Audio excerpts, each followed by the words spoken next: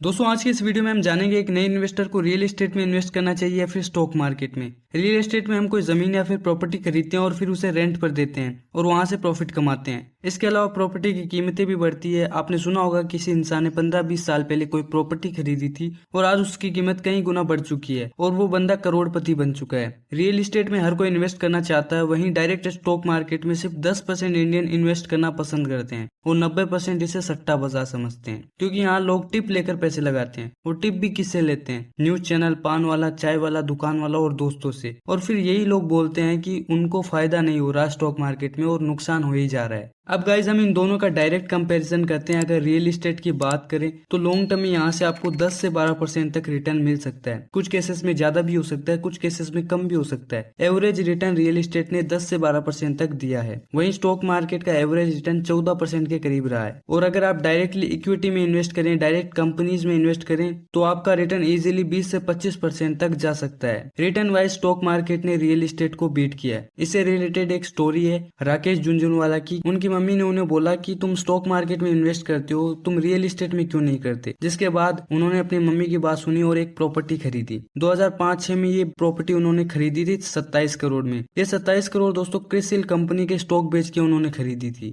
आज उसी प्रॉपर्टी की कीमत 45 करोड़ रुपए है। वहीं अगर दोस्तों राकेश झुनझुनवाला वो स्टॉक्स नहीं बेचते तो उसकी वैल्यू आज 1000 करोड़ से भी ज्यादा हो जाती। तो आप अंतर देख सकते हैं। दोस्तों स्टॉक मार्केट हमेशा रियल एस्टेट को बीट करता है। इसके कई कारण हैं। जैसे कि आप एक बिजनेसमैन है तो आपको अपना बिजनेस चलाने के लिए कैपिटल यानी पैसे, एम्प्लॉयज जो आपके बिजनेस में काम करेंगे और ऑफिस की जरूरत पड़ेगी। बिजनेसमैन का काम है इन तीनों में तालमेल बैठाकर एक बिजनेस को चलाना। सो आप एक ऑफिस को रेंट पर लोगे। अब अगर ऑफिस की कीमतें हर साल 15% की रेट से बढ़ेगी और आपको पता है कि स्टॉक मार्केट में भी आपको एवरेज 15% का ही रिटर्न मिलता है, तो आप बिजनेस स्टार्ट ही क्यों करोगे? आप इतनी मेहनत क्यों करोगे? आप ऑफिस खरीद के बैठ जाओगे और आप क्या इंडिया के सभी टॉप बिजनेसमैन भी ऐसा ही करने लगेंगे। इसलिए हमेशा स्टॉक मार्केट रियल एस्टेट को बीट करता है लॉन्ग टर्म में। दोस्तों बहुत सारे लोग रिच हैं क्योंकि उनके पास स्टॉक्स हैं। वो इसलिए रिच नहीं है कि उनके पास रियल एस्टेट है। आप दुनिया के टॉप रिच लोगों को उठा लीजिए, आपको पता चलेगा सब स्टॉक मार्केट में है। मुकेश अंबानी का सारा पैसा स्टॉक मार्केट में लगा हुआ है। सबका सारा पैसा स्टॉक मार्केट में लगा हुआ है। इसलिए स्टॉक मार्केट बीट करता है हमेशा,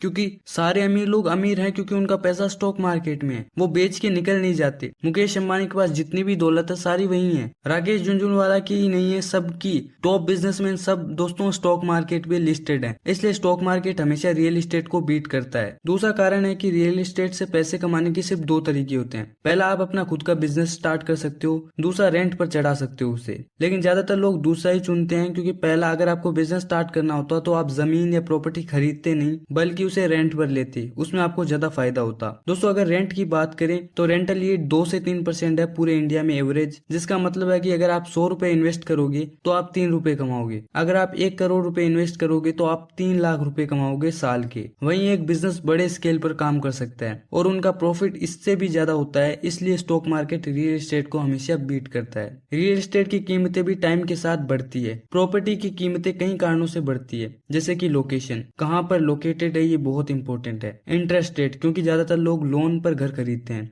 आसपास कोई मॉल्स या दुकानें यानी कमर्शियल रियल एस्टेट है कि नहीं। लोकेलिटी कैसी है, अगर रिच लोकेलिटी है तो कीमत ज्यादा होगी। इसके अलावा दो और फैक्टर्स है जो बहुत ही इंपॉर्टेंट है प्रॉपर्टी की प्राइस डिसाइड करने में। इसमें आता है पहला, उस प्रॉपर्टी से आप कितनी अर्निंग कर रहे हो। अगर कोई एसेट की आपको वैल्यू निकालनी हो ना, तो आपको यही पता करना होता है कि उससे आपको कमाई कितनी होगी और वो कमाई किस रेट से बढ़ रही है। और दोस्तों अगर आपको रेंट की बात करें तो रेंट 7 से 12% के बीच बढ़ता है। इसका रीजन है कि लोगों की सैलरी भी इसी रेट से बढ़ती है। महंगाई जिस रेट से बढ़ती है, रियल एस्टेट के रेंट को भी उसी रेट से बढ़ना चाहिए। अगर इससे ज्यादा बढ़ेगा तो लोग रेंट पर ले नहीं पाएंगे घर। इसीलिए दोस्तों हमेशा 7 से 12% रहता है इसका। अगर इससे ज्यादा होगा तो ये अनअफोर्डेबल हो जाएगा और कोई घर किराए पर ले ही नहीं पाएगा। दूसरा होता है सप्लाई एंड डिमांड। ये सबसे बड़ा फैक्टर है रियल एस्टेट की प्राइस बढ़ाने के पीछे। अगर प्रॉपर्टी की डिमांड मार्केट में ज्यादा होगी तो उसकी कीमत भी बढ़ेगी। और आजकल बहुत सारे लोग बैंक से लोन ले लेकर घर खरीद रहे हैं, जिसके कारण प्रॉपर्टी की कीमतें आसमान छू रही है। अगर आप देखो आज से 20 साल पहले जिन लोगों ने प्रॉपर्टी खरीदी थी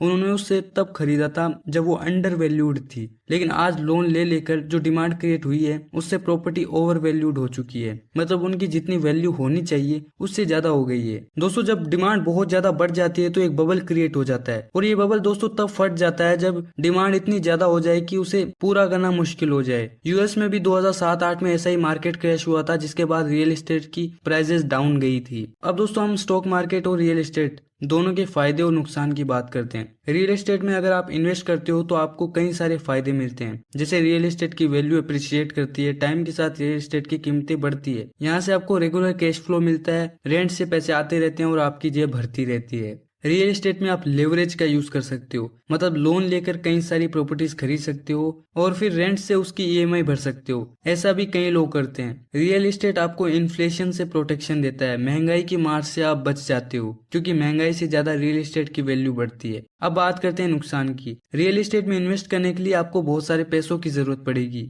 रियल एस्टेट खरीदना और बेचना मुश्किल होता है, इसमें बहुत टाइम लग जाता है। आपको अच्छी प्रॉपर्टी ढूंढनी पड़ती है, फिर उसका रजिस्ट्रेशन कराना पड़ेगा, बेचने के लिए भी बायर ढूंढना पड़ेगा, फिर उसका भी रजिस्ट्रेशन कराना पड़ेगा, और कुछ केसेस में आपकी प्रॉपर्टी बिकती नहीं है क्योंकि कोई खरीदने वाला ही नहीं होता मार्केट में। अब मान लो आपकी प्रॉपर्टी की वैल्यू 1 करोड़ है बट कोई खरीदने वाला नहीं है, तो आप उसे बेचोगे किसे? रियल एस्टेट में लेवरेज का इस्तेमाल करना आपको महंगा पड़ सकता है, आप कर्ज में डूब सकते हो अगर कुछ भी गड़बड़ हुई तो। शेयर मार्केट के फायदों की बात करें तो यहाँ पे अगर आप पैसे लगाते हो तो इकोनॉमी के साथ आपके पैसे भी बढ़ते हैं, आपकी वेल्थ बढ़ती है। महंगाई को आप बहुत पीछे छोड़ दोगे अगर आप स्टॉक मार्केट में पैसे लगाते हो। खरीदना बेचना बहुत आसान होता है, कुछ ही मिनटों में आप खरीद बेच कर सकते हो स्टॉक्स की। आप बहुत कम पैसों के साथ इन्वेस्टिंग शुरू कर सकते हो। शेयर मार्केट से आपको हर साल डिविडेंड मिलेगा। नुकसान की बात करें तो स्टॉक मार्केट में उतार चढ़ाव आते हैं, अगर आपने गलत कंपनी चुनी तो आपके सारे पैसे डूब सकते हैं। यहाँ पर अच्छी कंपनियां ढूंढने में टाइम देना पड़ता है, लेकिन इन सब नुकसान का सॉल्यूशन है, जैसे कि आप इंडेक्स फंड में पैसे लगा सकते हो। यहाँ पर आपका रिस्क भी कम हो जाएगा